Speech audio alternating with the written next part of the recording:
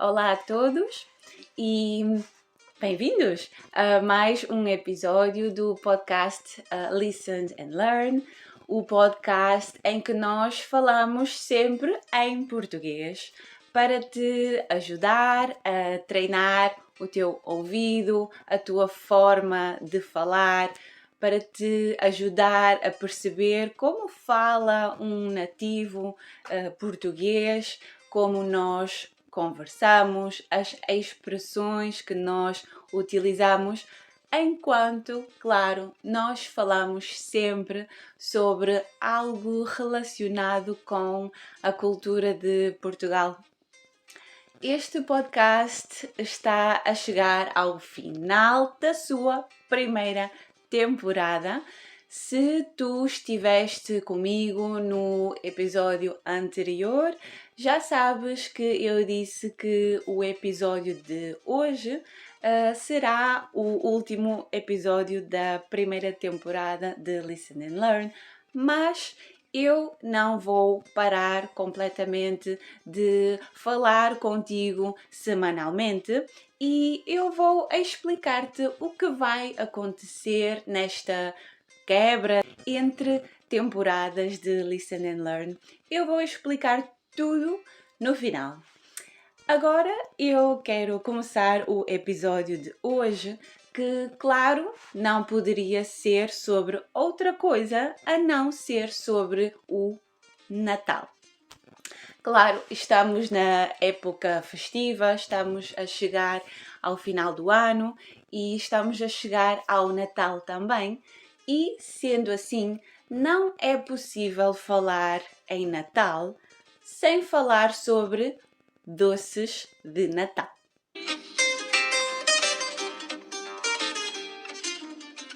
Natal pode ser sinônimo de muitas coisas. Uma delas é comida. Neste dia, a mesa fica cheia. De norte a sul do país, os cozinheiros e as cozinheiras da casa esforçam-se por levar à mesa o melhor que eles sabem. Desde as entradas ao prato principal até às sobremesas. Dependendo das regiões do país, a emenda de Natal pode variar bastante, desde o bacalhau, ao peru ou ao polvo. Mas hoje não quero falar do prato principal. Quero falar mesmo da minha parte preferida, os doces de Natal. Se vocês vivem em Portugal ou se pelo menos conhecem a nossa gastronomia, então já sabem que os nossos doces são muito à base de ovos e açúcar, de diferentes formas. Os doces de Natal não são a exceção. Neste episódio, eu tentei juntar exemplos de doces e sobremesas de Natal do norte a sul do país, para que vocês também possam ver as diferenças de região para região.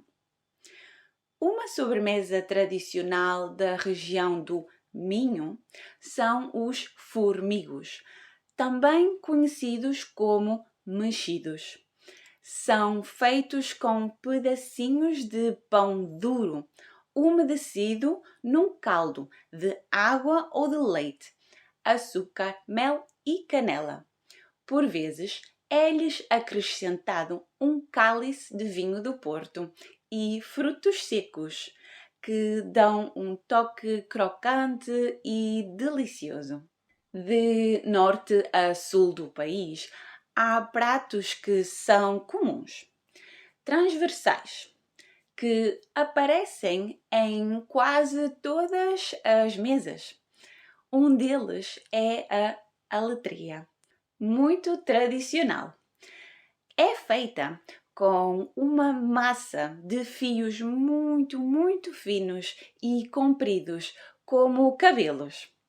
Chamamos-lhe massa de aletria, mas no seu nome original, em italiano, chama-se vermicelli. Parece spaghetti, mas muito mais fino. É então com esta massa que fazemos a aletria, que vai ser cozida em água e depois adicionada a um caldo de leite, açúcar e canela e casca de limão que ferve muito lentamente. No final, são adicionadas as gemas de ovos batidos. A letria pode ficar mais líquida para comer com a colher ou então pode ficar mais rija e seca para ser comida com a faca e garfo. De qualquer das formas, tem uma textura muito cremosa e uma cor amarelo claro. Normalmente, enfeita-se com desenhos feitos com canela em pó. Pensa-se que a origem desta sobremesa seja árabe, a quando a sua ocupação de Portugal. O próprio nome surge do árabe al-itria, que corresponde às palavras os fios. Outra sobremesa transversal a todo o país são as rabanadas. No entanto, normalmente no sul do país, estas são conhecidas como fatias douradas. É muito semelhante à receita francesa de pain perdu. No entanto, há vestígios de receitas gregas e romanas do século V. É feita com pão que não é fresco, ou seja, que tem alguns dias e está um pouco mais duro. Este pão é mergulhado no leite quente com açúcar e canela. Também há quem junte um pouco de vinho do Porto. Depois das fatias do pão estarem bem molhadas do leite, são passadas por ovo batido e depois fritas. No final, podemos polvilhar com mais açúcar e canela. Normalmente, quando falamos de rabanadas, pensamos nas rabanadas de leite, mas também há muita gente que faz as rabanadas de vinho, normalmente de vinho tinto ou vinho do Porto, ambas com sabores muito diferentes. Na receita das rabanadas de vinho, o vinho substitui o leite.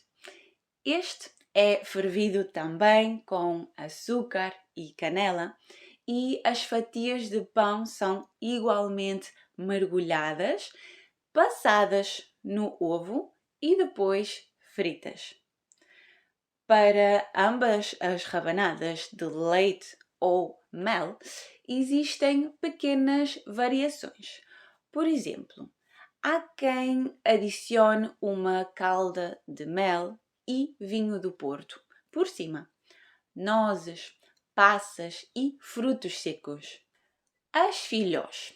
As filhós ou sonhos, muitas vezes confundidas ou tidas como sendo a mesma coisa, na verdade a diferença está na massa. A massa dos sonhos é mais leve e fofa e a das filhós é mais compacta e consistente.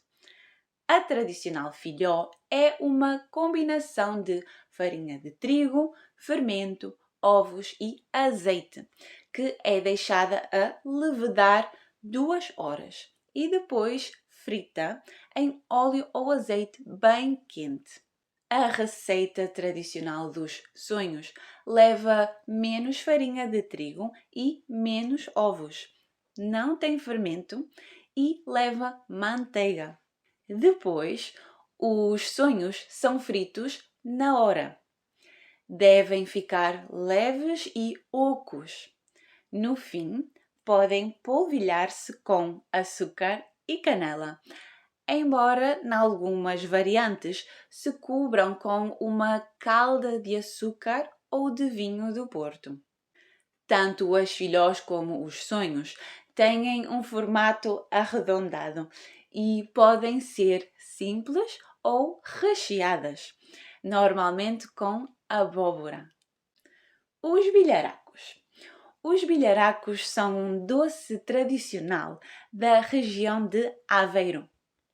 São uma espécie de mistura entre a filhós e os sonhos, mas não é nenhum nem outro, pois na receita está um importante detalhe no momento de escorrer a abóbora, que faz a diferença. A abóbora é cozida com um pouquinho de sal e depois é colocada num pano de linho ou de algodão e é deixada a escorrer de um dia para o outro. No dia seguinte, a abóbora é colocada num alguidar onde são adicionados os ovos, a farinha, o açúcar, um cálice de aguardente e raspa de limão. Esta mistura é depois transformada em pequenas bolas fritas e, no final, polvilhadas com açúcar e canela. Das regiões do Alentejo e Algarve chegam-nos as azevias. São achatadas e têm a forma de um meio círculo. São feitas de massa de farinha e manteiga e recheadas com uma pasta doce que pode variar entre grão de bico, abóbora ou batata doce. Esta pasta é feita com açúcar, gemas de ovos, canela e por vezes frutos secos. As azevias depois são fritas. Mas do Alentejo não nos chegam só as azevias. Um doce bastante típico desta região são os cuscurões. São feitos à base de uma massa de farinha de trigo, ovos, sumo de laranja e azeite. Esta massa é depois cortada em retângulos finos e depois frita. Não leva recheio e fica muito estaladiça. As broas de Natal são pequenos bolos que parecem pequenos pãezinhos e são feitas de puré de batata doce, farinha de milho, açúcar, canela, erva doce e gema de ovo. Esta massa é normalmente preparada à noite e deixada a repousar até amanhã do dia seguinte. Depois, as broas são moldadas, pinceladas com gema de ovo e são levadas ao forno. O bolo rei. O bolo rei é uma figura indispensável à mesa dos portugueses na ceia de Natal. O seu nome é em homenagem aos 3 reis magos. Tem a forma de uma coroa, ou seja, é redondo e tem um buraco no centro. É feito de uma massa fofa de farinha e ovos misturada com licores ou vinhos, frutos secos, passas e frutas cristalizadas. Como tradição, costumava colocar-se uma fava misturada na massa do bolo. A fava iria depois sair por sorte a alguém. Quem encontrasse esse brinde era considerado o rei ou era considerado bem afortunado no próximo ano. Apesar deste bolo estar ligado ao Dia de Reis, que se celebra a 6 de janeiro, ele está normalmente presente ao longo da época natalícia, bem como na ceia de Natal. Bem, termino com aquele que é o meu doce de Natal preferido. É muito simples e muito tradicional. O leite creme de Natal. Tal como o nome indica, ele tem uma consistência que fica entre leitosa e cremosa e é comido com a colher. É feito à base de leite, açúcar, canela, casca de limão, vinho do Porto e amido de milho. Tudo isto é aquecido no lume muito lentamente. E depois juntam-se as gemas do ovo. Fica um creme homogéneo que se desfaz na boca. Para terminar, coloca-se o creme numa travessa pouco profunda e larga. Por cima, polvilha-se com açúcar. Estes grãos de açúcar e a superfície do creme vão ser queimados com um ferro em brasa, de forma a torrar ligeiramente o topo do creme. Assim, o creme permanece cremoso por baixo e com uma fina crosta ligeiramente estaladiça e caramelizada por cima. Muito bom! Bem, hoje ficaram então com uma ideia dos vários doces que podem encontrar à mesa das famílias portuguesas, caso passem o Natal em casa de alguma. Já sabem um pouco mais sobre o que vos espera no final da refeição. Normalmente, as mesas também estão preenchidas com vários frutos secos ou frutas da época, vinho do Porto, licores ou aguardentes. Então, chegamos ao final deste episódio e resta-me a desejar-vos um ótimo Natal ou época festiva, ou se vocês não festejam o Natal, talvez um ótimo ano novo, 2024, que seja um ano cheio de sonhos realizados ou sonhos para sonhar. Bem, a última notícia para vocês é que não nos vamos encontrar semanalmente no YouTube até eu preparar mais material para uma segunda temporada deste podcast, mas eu vou continuar a produzir conteúdo para vocês no Spotify. Semanalmente vocês vão poder encontrar algum conteúdo para vos ajudar a memorizar certos conceitos básicos da estrutura da língua portuguesa, como verbos ou outro tipo de gramática, não só ajudar-vos a memorizar, mas também a saber pronunciar perfeitamente estes verbos ou estas palavras. Serão episódios curtos para te ajudar a falar como um nativo português.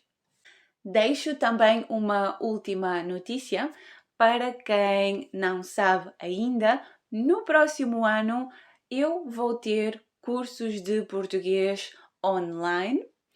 Para quem está interessado a começar a estudar português, pode encontrar alguma informação no meu website que está na descrição deste episódio.